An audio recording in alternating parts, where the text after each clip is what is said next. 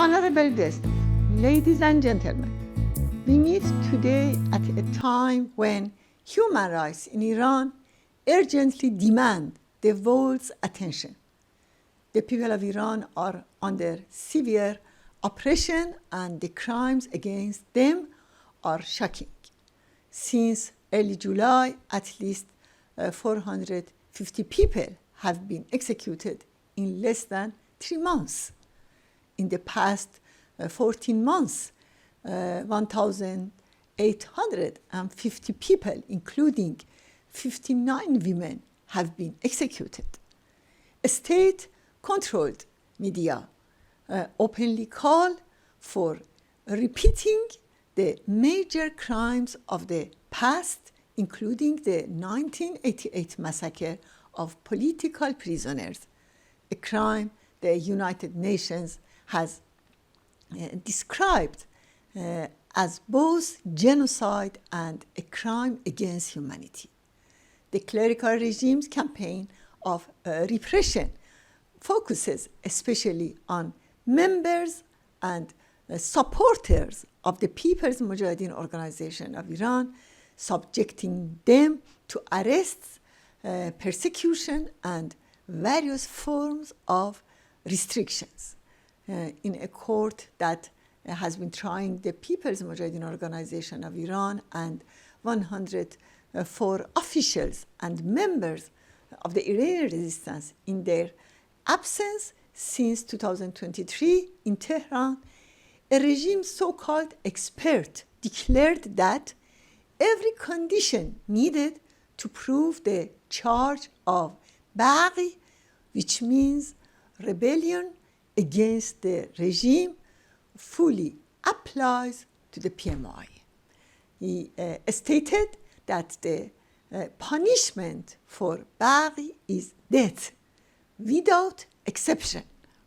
In July, 2 prisoners, Behruz Ehsani and Mehdi Hassani, were executed on charges that included membership in this organization. Presently, 14 more face execution on the same charge.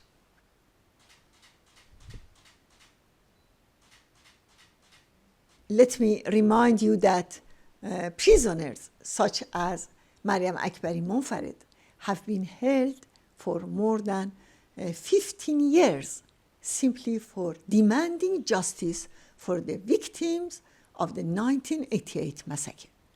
A growing social movement in Iran now raises the slogan, "No to execution."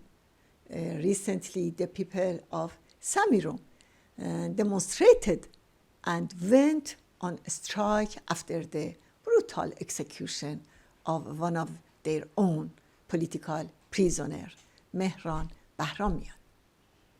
Inside prison, 87 weeks have passed with the campaign of No to Execution Tuesdays. In this campaign, prisoners in 52 prisons stage hunger strikes every Tuesday.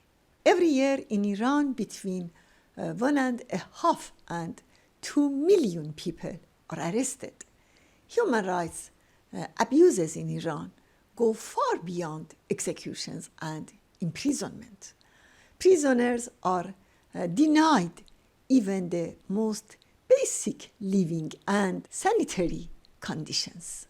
Their right to medical care is systematically violated, and some have died as a result.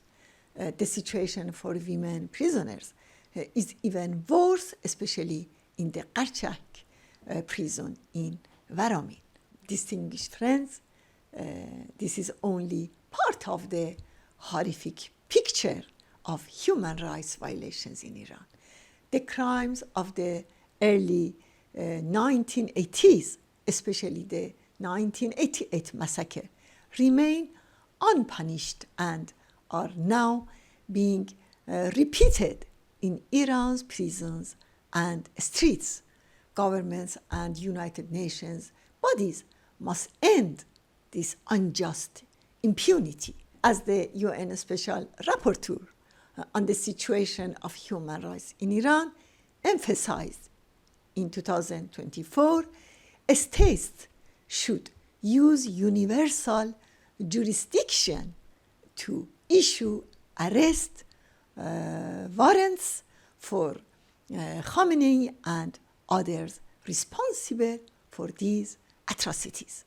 Remaining silent about the violation of human rights in Iran emboldens Khamenei to continue his warmongering and bomb-making project.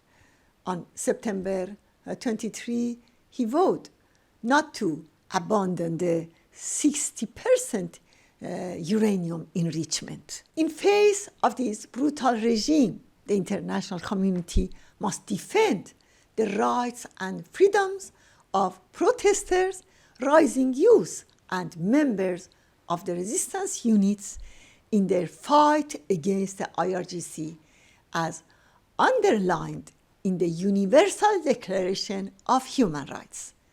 The Iranian people's struggle for freedom is also a struggle for peace in the region and the world. It is upon the international community to stand with them and to recognize their fight for freedom, justice, and human rights.